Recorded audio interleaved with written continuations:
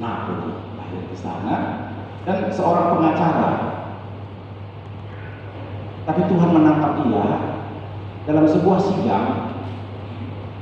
Sepertinya dia membela sesuatu yang dia tahu salah.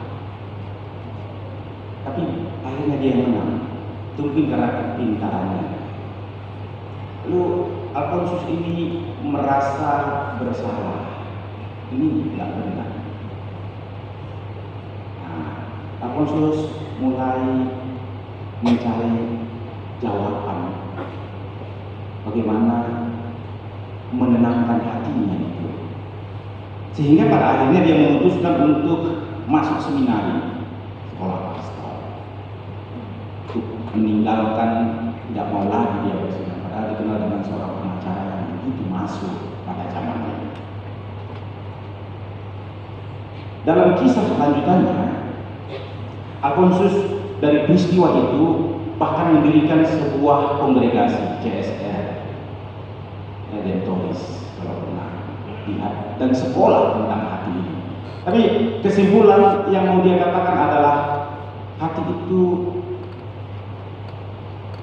harus ada kasih.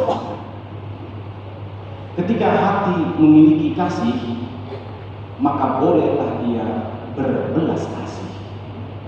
Ini dua hal yang menurut Santo Alfonsus harus kita tanamkan dan harus kita amankan dalam kehidupan kita. Lebih lanjut juga dia katakan, tidak ada hati yang jadi begitu saja. Dia harus melewati proses. Dan proses itu adalah hidup kita. Dia harus melewati penderitaan. Dia harus melewati pilihan. Dia harus melewati peristiwa-peristiwa di mana kita harus selalu berusaha belajar menggunakan hati. Kalau kita lebih sering menggunakan hati, maka hati kita katanya perlahan-lahan akan tajam.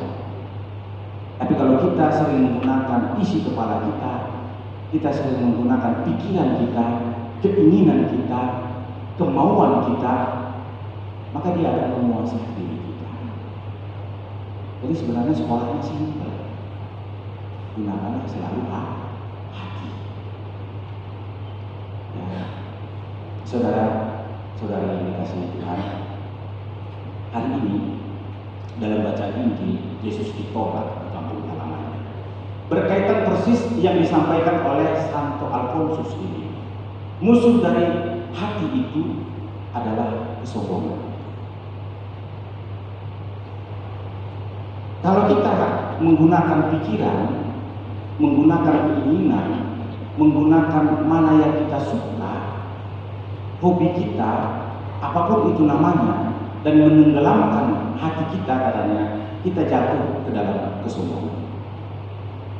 Kesombongan itu akan menutup kata hati kita, akan menutup mata hati kita, akan menutup telinga hati kita. Rupanya hati ini punya regulasi seperti tubuh kita. Begitulah dia mengandaikan, ya, memperlihatkan, mempersonifikasikan tentang hati. Maka kata Santo Alfonsus ini, kesombongan adalah musuhnya. Ketika kita paling sering menggunakan pikiran kita, berarti hati kita turun. Nah, pertanyaannya, apakah pikiran kita tidak sesuai selaras dengan hati kita? Ternyata pikiran, hati, kesukaan, jiwa bisa diselaraskan dengan hati. Bagaimana caranya? Caranya simpel. Gunakan selalu hati kamu. Maka pikiranmu, keinginanmu, seluruhnya yang ada dalam dirimu akan mengikuti hati. Amin. Ini simpel, pesannya simpel. Jadi dalam bacaan Injil ini jelas, orang-orang yang di kampung Yesus, orang Yahudi yang di kampung Yesus itu memang ketika melihat Yesus, mereka tidak menggunakan hatinya, mereka menggunakan pikirannya, pengetahuannya, pengalamannya. Impossible, mustahil Ini kan Yesus ditolak ini setelah di rumah ibadat. Yesus kan datang ke kampungnya, di rumah ibadat dia membaca buku gulungan kitab. Yesaya itu yang mengatakan, Roh Tuhan ada padaku. Akulah yang diutus itu untuk membebaskan bangsa tawanan. Akulah. Lalu kata terakhir setelah dia membaca kitab gulungan itu dikatakannya, hari ini genaplah naas itu. Wah, ya, kesombongan menutup, ya, ketika mereka mengandalkan diri, menutup sabda yang disampaikan oleh Yesus. Jadi kesombongan itu ketika kita menutup hati ini memang betul hanya terfokus pada apa yang kita tahu. Dosa terberat ketika kita meninggalkan hati adalah menutup penglihatan kita tentang karya Tuhan. Maka ketika Yesus datang ke kampungnya itu, dosa terberat mereka itu adalah tidak melihat, tidak percaya Tuhan berkarya lewat Yesus, lewat sesama. Kesombongan itu kenapa dijadikan menjadi dosa? Larinya ke sana. Jadi kalau saya terlalu menggunakan pikiran, hati-hati, ya kan? Cobalah bayangkan yang sering terlalu menggunakan pikirannya. Yang muncul apa? Pasti kecemasan. Setelah cemas, sakit kepala, migrain, vertigo, untung-untung nggak stroke. Ini coba kalau orang yang menggunakan hati, ya namanya kita manusia ya, kita berjuang maksudnya. Tapi begitulah Santo Alfonsus mengatakan, gunakan hati. Kalau hati digunakan, pasti kita bisa melihat Tuhan. Pasti kita bisa membaca pesan Tuhan. Tidak seperti orang Yahudi ini. Maka nanti kalau pulang suami istri ini, lihat istrinya pakai hati ya.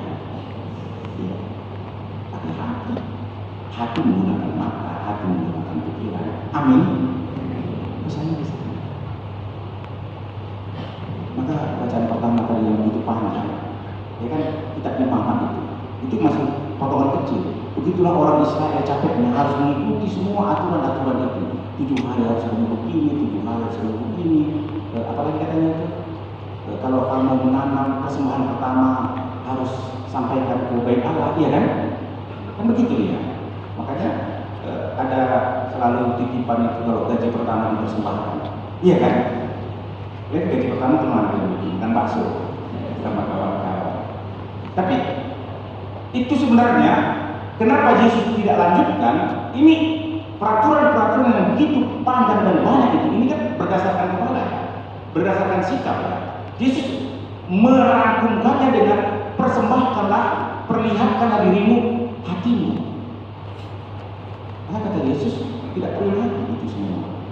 Tak perlu lagi gaji pertama, nggak perlu lagi apa namanya itu persepuluhan, nggak ada lagi. Persembahkanlah hatimu. Makanya orang Katolik, ya kan, persembahannya kecil-kecil. Ya malas berbagi. Iya kenapa? Ini katanya kan hati yang paling penting. Ya tapi kalau pakai hati nggak perlu juga kecil sebenarnya ya. Tapi Yesus mengatakan memang benar, hati,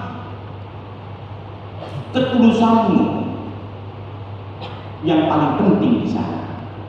Itulah persembahan seperti Yesus mempersembahkan hatinya, dirinya, hidupnya, nyawanya di altar untuk keselamatan kita. Amin.